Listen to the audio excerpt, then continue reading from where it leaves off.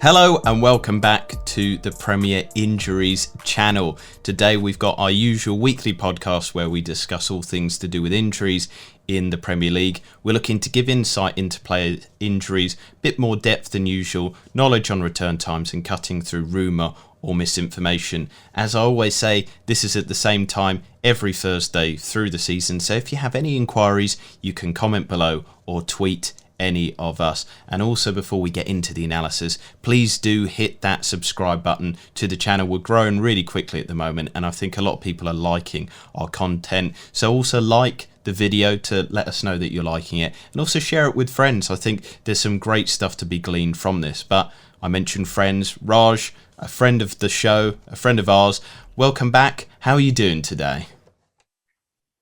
Not too bad. Doing pretty well. Arsenal 8 unbeaten in a row, so feeling pretty good about that. Glad to see that Ben White did not have a physical issue. It was more of a not feeling well issue. We'll see how that bodes well for the weekend, but otherwise doing pretty well. Do you think we can go 49 undefeated? I mean, I'm pretty much expected at this point. So. And then Ben, I guess, maybe in January you can start expecting 49 undefeated sort of stuff with the investment. But as always, a pleasure to talk to you, my on-screen partner. How are you doing today? You keeping well? Yes, mate. Enjoying things as it goes. Like you touched upon it, the growth of the channel within the last 28 days has been absolutely phenomenal. So, to thank everybody for their kind words, comments, feedback, and yes, for subscribing. So, look, we're in a good place at the moment. It helps us shape content. It helps us produce more content, and hopefully that can only be a good thing for them and us. Yeah, really enjoying it. Yeah, it's good fun. And I mean, that brings us into our discussion points, because we love talking about certain areas in the Premier League. The biggest one, I think, going into this game week, it's a huge surprise. Raphinha looks like he's coming back. Looking at the videos, looking at the game, I was horrified that the player didn't get a red card. I thought it was a really bad kind of tackle, almost similar, I thought, to the Harvey Elliott one, and so I was expecting a long time out. So Ben, do you want to kind of talk us through what Bielsa has said first and foremost, and then we'll get on to a bit more analysis of maybe why it's a bit flawed to go with video analysis? Yeah, I mean, the Raphinha setback last weekend was the latest in a long line of what, a lot of people quite often refer to as a high ankle sprain. And typically, those high or mid to high ankle sprains would result in a longer period of absence on the sidelines. And, we've seen Reece James, I think it was maybe his game week 6, if I recall. He was back on the training pitches after around about 14, 15 days. Then we had the setback with Romelu Lukaku, still nothing definitive on that. I understand it's going to be in and around that international break period. Whether he plays beforehand remains to be seen. And then this one, and for me, this one looked the worst of all three, if the truth be known. Severe discomfort, help from the pitch by members of the backroom staff, carried straight down the tunnel for treatment. And I think he was wearing a cam boot and also on crutches, and sent to hospital straight away. So my initial thoughts were, forget about any game time before this international break. That gives us around about potentially 4 weeks for return to play. However, ahead of the Carabao Cup game with Arsenal on Tuesday evening, we heard from Marcelo Bielsa, and when he asked for updates, specifically with regards to Jamie Shackleton and Raphinha, would they have any issues for playing this weekend on Sunday? No, was the answer. Now, you have to take everything that managers say, particularly this far in advance, maybe with a little bit of pinch of salt, and maybe it's a little bit of smoke and mirrors, but it seems to be, and he's certainly insinuating that Raphinha, he posted a social media update saying he was fine, and it certainly looks to be that way if Marcelo Bielsa is to be believed at this moment in time. So Raj, what is your kind of insight there with maybe the injury that Raphinha's got first and foremost? What do you think it is? And then also maybe why this kind of looking at the video, looking at how horrific it looked for the viewers, why is that kind of almost not giving us a proper insight into it? Yeah, I think videos can be difficult. It doesn't give you all the details. For example, like on the Raphinha one, it's hard to see. Depends on the angle you're viewing it from as well to really get how much twist there is on the ankle. Because when it comes to like these high ankle sprains, it really comes down to how much that foot is twisting outwards during the challenge versus where it's kind of bending outwards, rotating versus bending. And so it's hard to really pinpoint that without a direct angle from the actual, challenge perpendicular to it. So that's one problem with video analysis. We don't have access to all the specific angles. So in this case, when you have this type of injury, typically you're trying to figure out, okay, is it a high ankle injury or is it an injury to what we call the deltoid ligament on the inside of the ankle? So if you have a low grade deltoid ligament injury, you can come back within 7 to 10 days. Typically, that ligament doesn't get injured without some associated damage to the high ankle ligaments too, but there's always variance on these as well.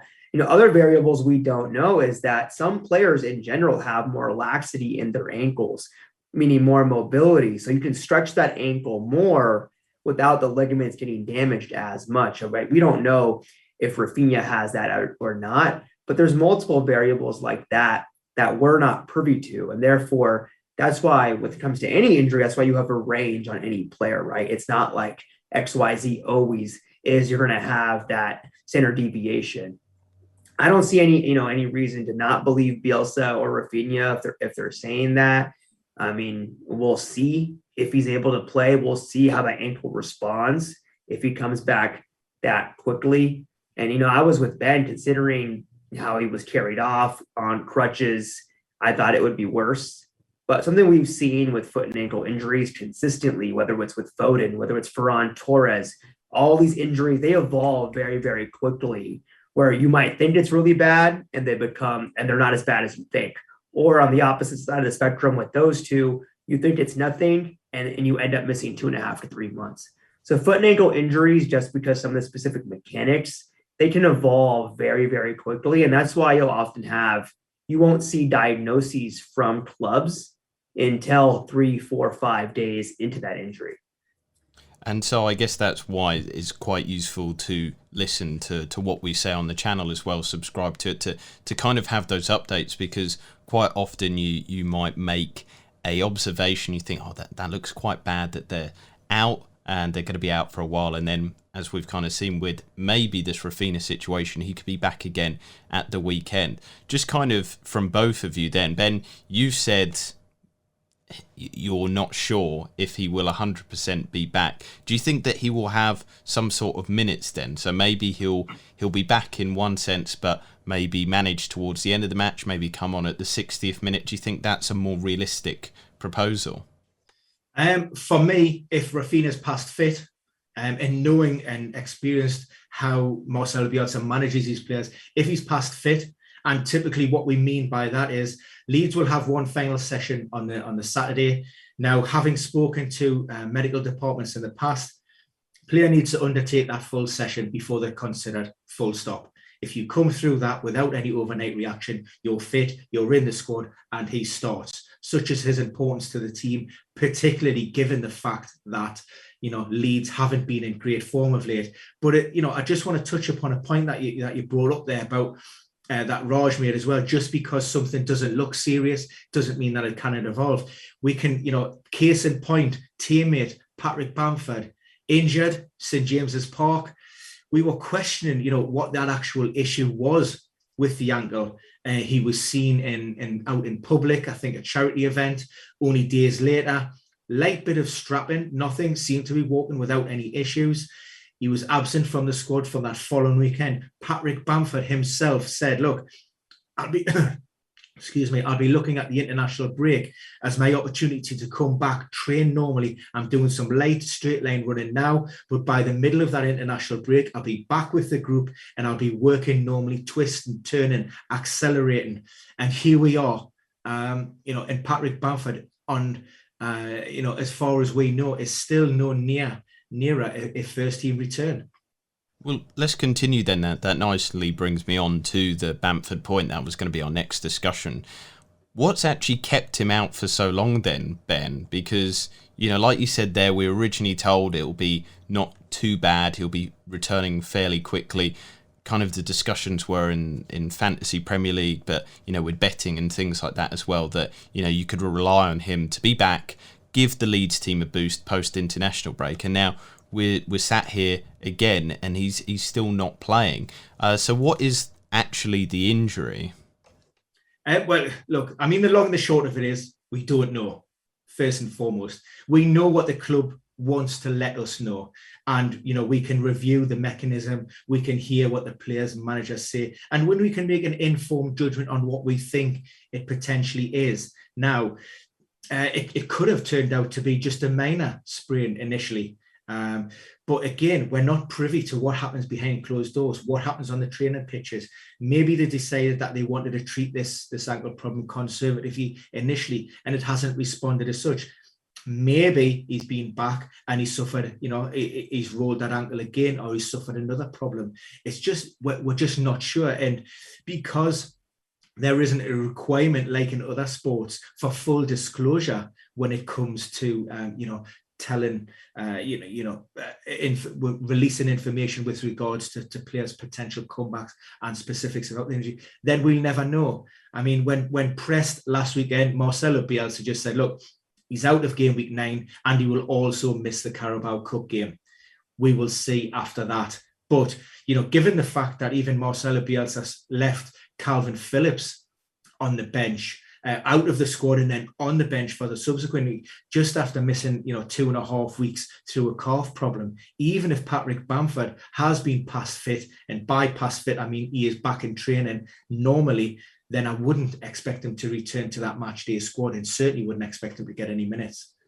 And I guess throwing it to you, Raj, the problem with Bamford, maybe Phillips as well, is now that they've been out for a considerable or a little bit amount of time, it's not only that will they be fit for the squad, but it's also, will they have that match fitness, the sharpness to, Bamford, quite often the Leeds team give him good opportunities, but he has to be on really good reflexes to react to situations. That's going to take a while to come back as well, isn't it?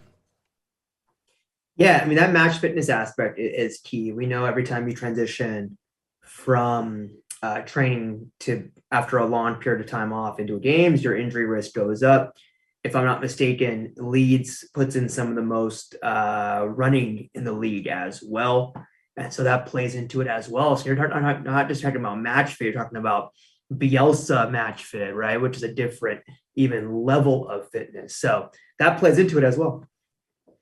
So let's talk about Jamie Vardy then, another England striker that a lot of people are concerned about. I mean, Ben, the question that a lot of people in the FPL community is, we be worried? He came off playing 45 minutes. Does that indicate a positive thing to you that he actually played, or is it a negative thing that he's come off and he's only had a week to recover? I mean, just a little bit of background. Jamie Vardy actually complained of a little bit of discomfort prior to kickoff on Sunday. So during the warm, didn't feel 100%. Had a chat with the backroom staff, medicals, physios, Brendan Rodgers, and they agreed to, he really wanted to push it. He wanted to give it a try. So in that respect, yes. And I mean, you need to consider that Jamie Vardy, he's a veteran striker. He's been around a long time. People may question, should he have started the game? Should he have not? Should that decision have been taken out of his hands? You've got to show Jamie Vardy, the respect that he's earned from playing at the highest level and his status within that team. And if he felt that he was, able to give it a go, then fair enough. Brendan Rodgers said, he was watching him fairly closely during those opening 45 minutes, and he didn't just quite seem his dynamic self.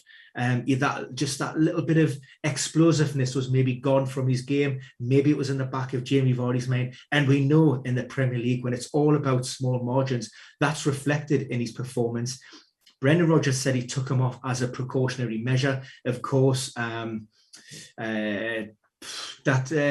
Daka had been great in the Europa League, came off the back of 4 goals. So you had a ready-made in-form replacement to come straight in, and that was a right decision for me. So going forward, Raj, the does this mean that we have to almost be a little bit worried about Jamie Vardy, because we don't even know what the kind of injury is? Should we expect him to have managed minutes over the next few game weeks? Or do you think that the fact that he has had this week off, total rest, recuperation, that he'll hit the ground running once again? Yeah, I mean, I would expect him to be, I mean, considering he played 45 and Rodgers saw some movement deficits or whatever he saw, right? I would expect him to be conservative, especially like Ben said, with a viable replacement behind him.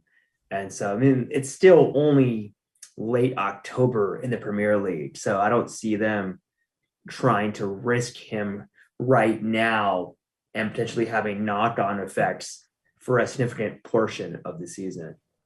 And I mean, a lot of our viewers do play Fantasy Premier League. So, Ben, would you advise to keep Vardy in your team, or would you get him out?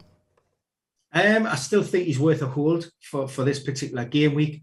And then you maybe question, if you hold him for this game week, can you hold him for the next one? And then you've got that buffer of that international break period to understand what's going on in that knee. At the time of recording, which is Wednesday evening, he's not part of that Leicester squad in the Carabao Cup. We knew that. Rodgers has rotated heavily in and around the Premier League and the Europa League. What's key for me, though, tonight in this Leicester team, he's got Iheanacho on the bench. Now, I thought he might have went with a 2 up top with that, and he hasn't.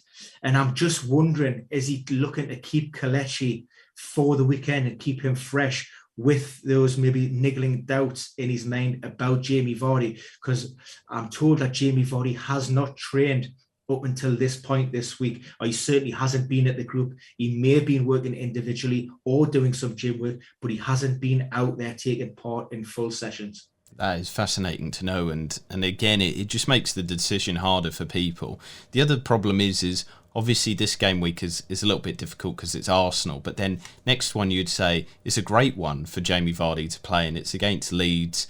Post-international break, it's Chelsea, but then after that, a sea of green fixtures that he can do very well in. So it is a real conundrum. I guess it's maybe how much risk tolerance you can have with your team as well, or if you've got the ability to bring him in and out. We move to, though, West Ham, Coufal. Interesting situation there. It's a bit like the Bamford situation. We were told a return date. Now it's been extended. Ben, can you explain what the problem is? The problem initially came around during the Carabao Cup game. I think it was at Old Trafford. There was a coming together with Nemanja Matic, and Coufal was involved in the following Premier League game, but then he was omitted from the West Ham squad for the Europa, and he was being managed, hasn't been taking part in a lot of training sessions, initially referred to as a groin issue, a fairly generic term, non-specific. Missed out again, and then missed out completely in the international break. Took that as a good sign, an opportunity to rest Coufal, but he has missed the subsequent games for the Hammers since the international breaks. I think that's the last 3, maybe with the Europa League games. Now we do know that he has had an injection in the pubis, as the quote was on the website. But again, to help contextualize something and just give an understanding about those decision-making processes, we've seen Ben Johnson come into that team. West Ham have continued to get results. They've continued to keep clean sheets. Ben Johnson is playing, well. And again, that just alleviates a little bit of pressure on David Moyes to make those decisions. But, when we discussed the show plan for this evening's, recording, we didn't have the team news for West Ham, who are playing against Manchester City. And Coufal has actually been named on the bench tonight. So he is back in that Hammer squad. But again, like I say, I suppose that extended timeline and what might have been going on, we're not quite sure. But Raj, I'm no doubt, could probably shed a little bit of light on that.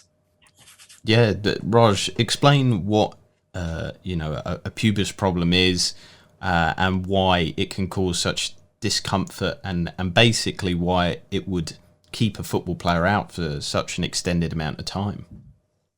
Yeah, so typically what this is going to be is that it's the groin will probably refers to your adductor muscles on the inside of your thigh, which attach to the front of the pubis. And that's kind of where the irritation comes from. A lot of that pulling in that area, it can become very inflamed, and uncomfortable. I mean, adductors in football are under high demand. Whenever you're running, they're used. Whenever you're cutting, they're used.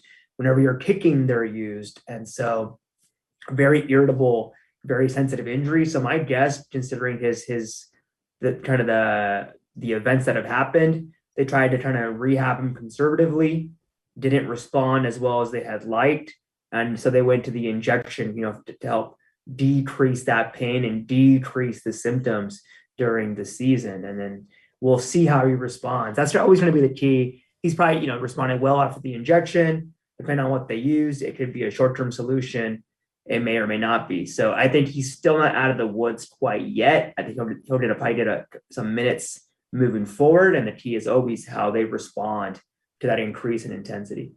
And I mean, we obviously don't have access to their medical records, but at a guess, what kind of injection is this that they're allowed? Because obviously there's so many kind of rules around what players can and can't have. Yeah, I mean, my guess, it either be one is to reduce inflammation in the area and therefore pain, or it could just be, a numbing agent. So it's hard to say without more information on that. Interesting. Sorry, Raj, just to sort of interject, and I know injections in and around football and, patching players up for return to play gets a lot of bad press. And we talk about players, when they finally hung up their boots and they're feeling, those years of pushing their bodies into places that really they shouldn't have really done. Is this a worry that injections are still taking place in football, or is this slightly different in the fact that, we're not talking about maybe, knees and ankles, and this is more just like you say, maybe it's just to reduce a little bit of inflammation in and around that joint, and really you're not exacerbating the problem, it's just being managed, and it will eventually just sort of calm itself down.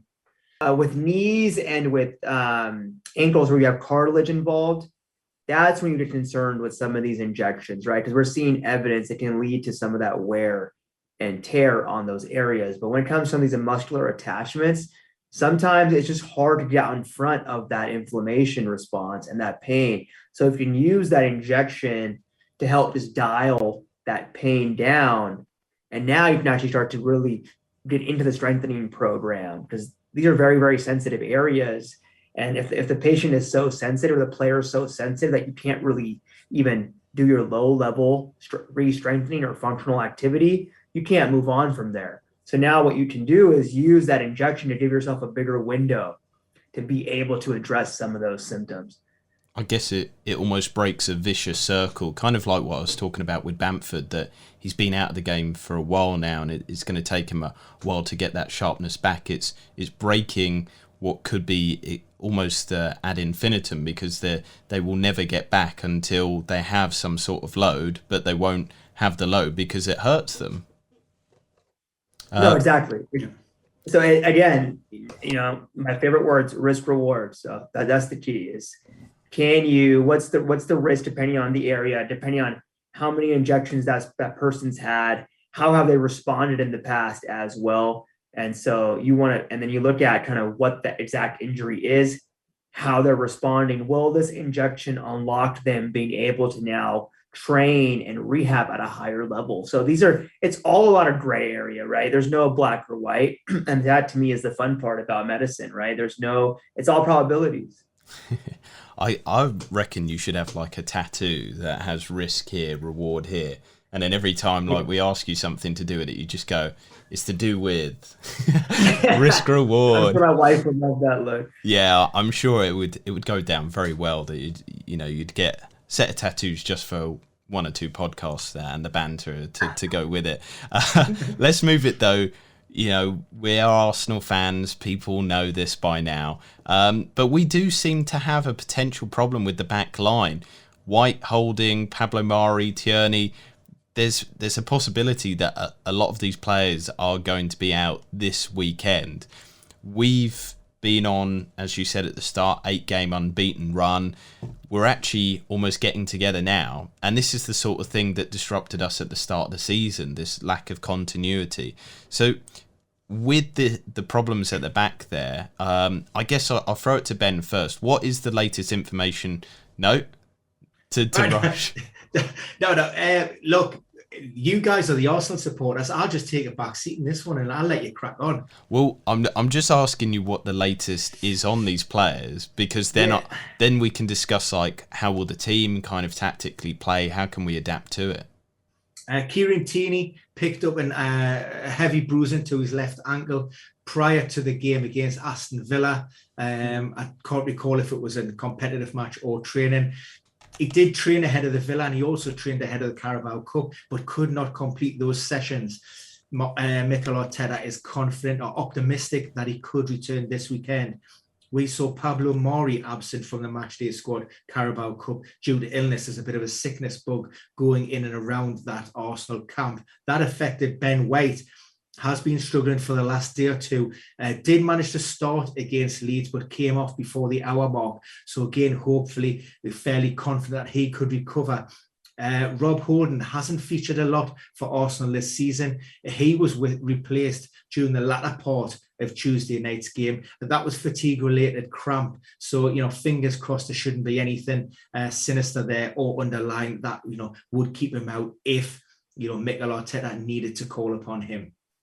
So Raj, looking at the situation there, do you think some of these players might be risked because we're in such good form at the moment, but also the fact that it is Leicester up next? It's not an easy fixture. It's one of those ones, again, talking about risk and reward, whipping out the tattoos. In terms of it, this is one where they will probably be risked a little bit because we need to win these type of games.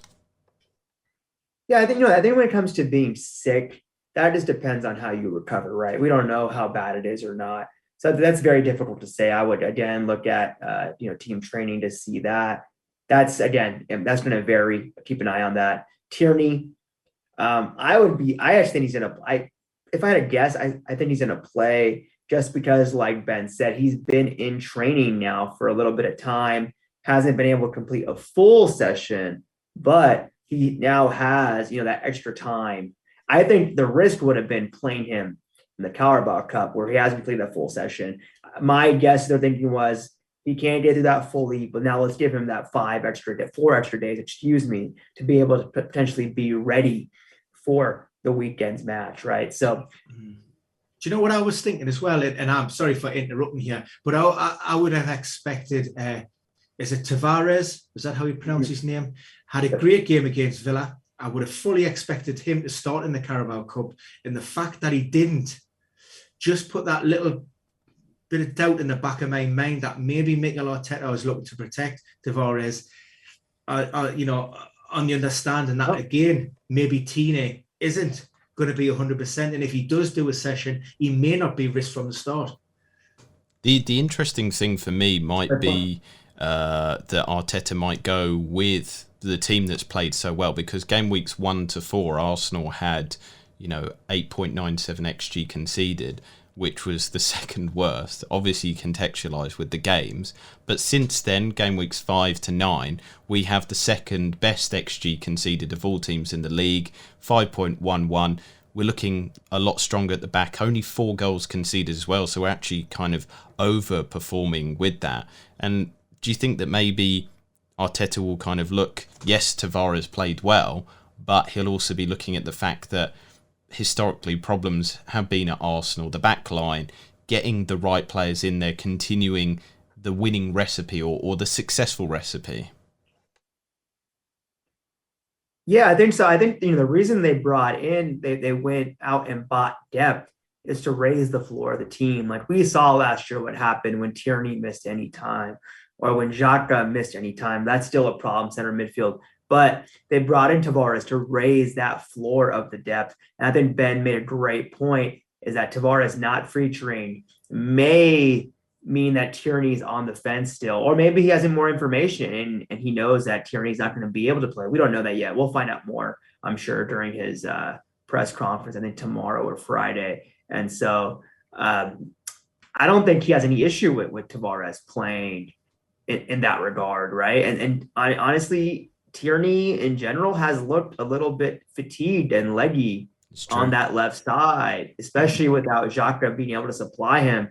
Whereas Tavares, he's raw, yes, but he provides a certain level of burst on that left side that, I mean, it's very, very incisive. He has a certain final ball that is very, very incisive. So I don't think Arteta would have any problem playing Tavares if needed. I think that's why he probably wasn't risked, like Ben said as well.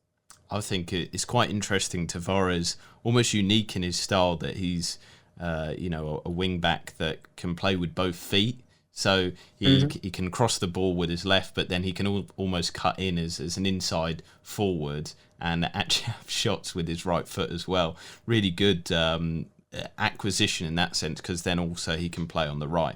But that's all we've got time for today. A wonderful podcast as always, and we have such good content here on the channel, so make sure to subscribe. Do comment below if you've got any questions. We'll be back next week as always to field any questions that you have on injuries. We go in depth, analyse it for you, and give you maybe insights that you might not get elsewhere. But for now, I'm going to wish everybody the best of luck with their game weeks. I'm going to wish the best rest of the week to Raj and to Ben, and we'll see you all very, very soon.